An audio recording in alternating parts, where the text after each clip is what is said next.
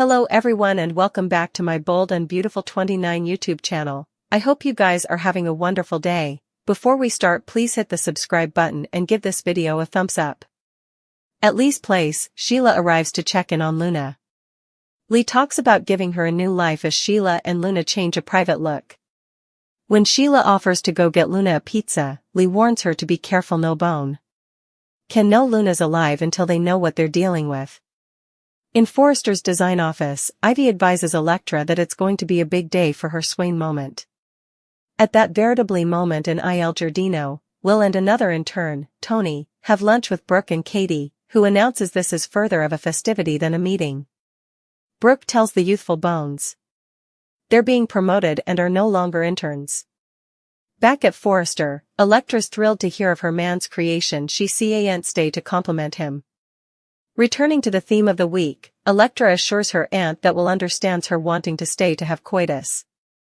There's no mistrustfulness that he's the right Joe for her. In PSA mode, Ivy wishes further youthful women heeded to themselves the same way Elektra has. Elektra moons about wanting her first time to be beautiful and romantic.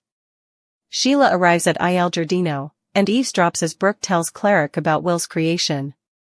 Katie clucks that she couldn't be prouder of her son. Cleric offers to find some foamy water, and Will jokes about what Bill will suppose. Katie feels with nearly losing Liam, he'll be a further probative father. Will expedience effects will settle down now.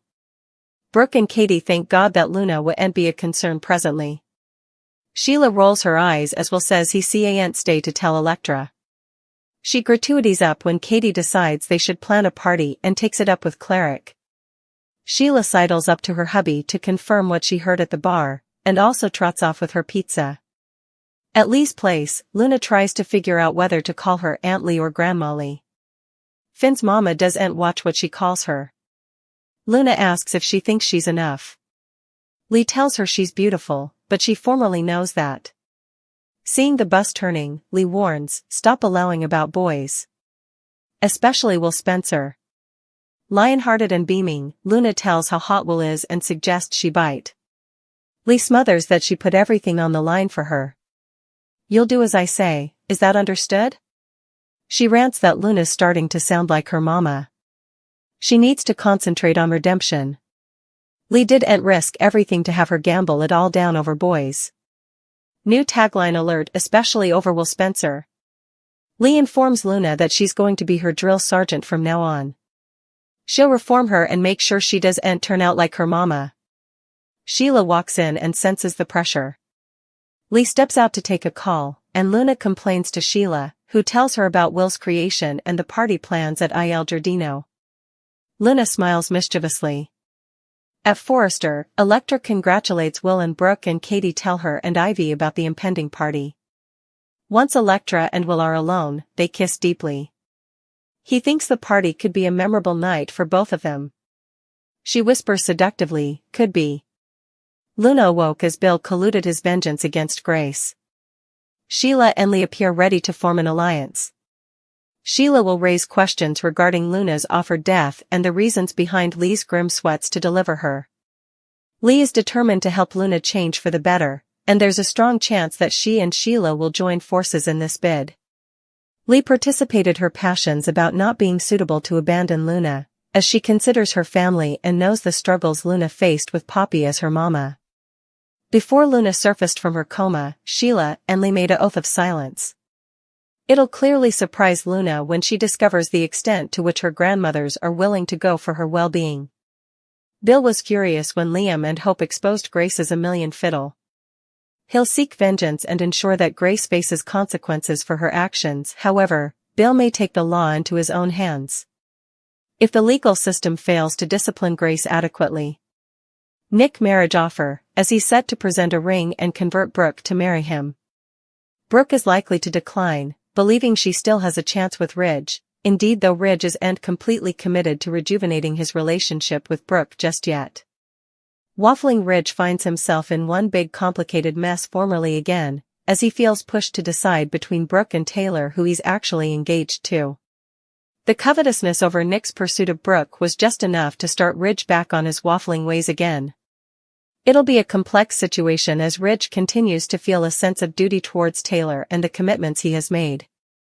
Taylor intends to keep her ring on and do with the marriage arrangements with Ridge, yet his affection for Brooke is bound to consolidate from this point onward. Fate will draw Brooke and Ridge back into each other's lives, although there will be some lapses and challenges to navigate along the trip. A private party will be held at Il Giardino, Deacon to hail the guests and showcase a beautiful spread for the reservation. Brooke, Katie, Will, Electra, and other characters will join in on the festivity. This might be a way to mark a deal's increase following the Naples and Capri trip, but it could also be for another reason. Liam may not have cancer, he lived with the fear of having it, plus he crushed that terrible experience at the Sand House, furnishing plenitude of reasons to celebrate his survival. Sheila might sneak down to see Luna while Deacon is enthralled with the party. The more Sheila slips down from Deacon, the more he'll start to suspect Commodity. Hope might face significant drama involving Daphne. Daphne's longer stay will allow her to draw Carter closer and produce issues for Hope's engagement. Brooke will feel frustrated with how Ridge is handling the situation with Taylor. It wouldn't be easy for Brooke to move Ridge to leave Taylor, but she'll feel deep down that Ridge is the right man for her. Liam just got an alternate chance at life. Imagine believing you only have days to live and jumping in front of a pellet, and also learning your cancer is cured and you're going to live. In Liam's case, he's about to learn he no way had cancer at all. The Spencer heir has a clean bill of health and needs a lucky lady to celebrate his alternate chance at life with. Now that Liam isn't dying, who'll he end up with? Steffi, Hope, or someone fully different?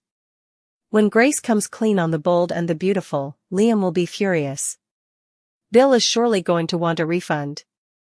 Everyone is going to be complexed by the rearmost developments in Liam's cancer saga. Once the dust settles, however, Liam and his favored Bones will have cause to celebrate. Liam's loved Bones were preparing to say farewell to him. Bill's son had accepted his fate. Having a future with anyone was the last thing on Liam's mind, because Dr. Buckingham told him he didn't have a future. Now that he isn't dying, who does Liam Spencer want to be with? Since his divorce, Liam Spencer tried to win back Hope Logan and Steffi Forrester. Both of his spouses shut him down, but a lot has changed since also. Sparks were surely flying between Liam and Steffi when he allowed. He was dying, but she left city to get her head together after the firing. Liam could leave and follow after Steffi. Her marriage is under a lot of pressure right now, and it's enough clear she still has passions for him. On the other hand, Hope Logan is still at his side and supporting him. She's engaged to Carter. But, can Carter really contend with Hop's times of history? Bridge is putatively back together. But first, they will have to break the news to Taylor and Nick.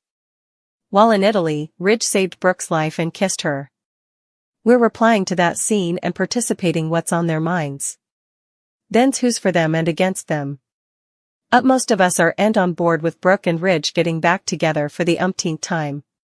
Some hoped that Brooke would have set up a new fortune with Nick, who wanted to sweep her off her bases in Italy. Why doesn't Brooke move on? Ridge is one fish in the ocean. I suppose Brooke should move on with Nick and leave Ridge hanging. Michelle Wise feels the same. Meanwhile, Elizabeth Lewis would like to see Ridge get a taste of his own drug by getting ditched by both women. She thinks Brooke and Taylor should walk out of his life and no way look back. It's time for Ridge to see what it's like to be the dumpy for formerly and for all. I want the two to stop fighting over one man. To show him how it feels to be rejected over and over again, Elizabeth added. Just because Ridge wants Brooke back doesn't mean all is forgiven. Jennifer Allen thinks Ridge needs to make it up to her for all the hurt and pain he's caused. Ridge needs to make effects right with Brooke. Taylor's broken heart pattern was so pathetic and ridiculous. He belongs with Brooke. She could see through Taylor's plan about getting Ridge back. She revealed that she had broken heart pattern, which he helped her overcome. Sharp believes that Brooke and Ridge have an endless love, no matter what the haters suppose. She wrote, no matter who comes between them, they will always come back together to show that love ends no matter what may come. Carletta thinks that Ridge's children, Steffi and Thomas, need to give up on having their family back together, especially since they're grown-ups. She indeed added that Stephanie needs to rest in peace and let Ground reunite.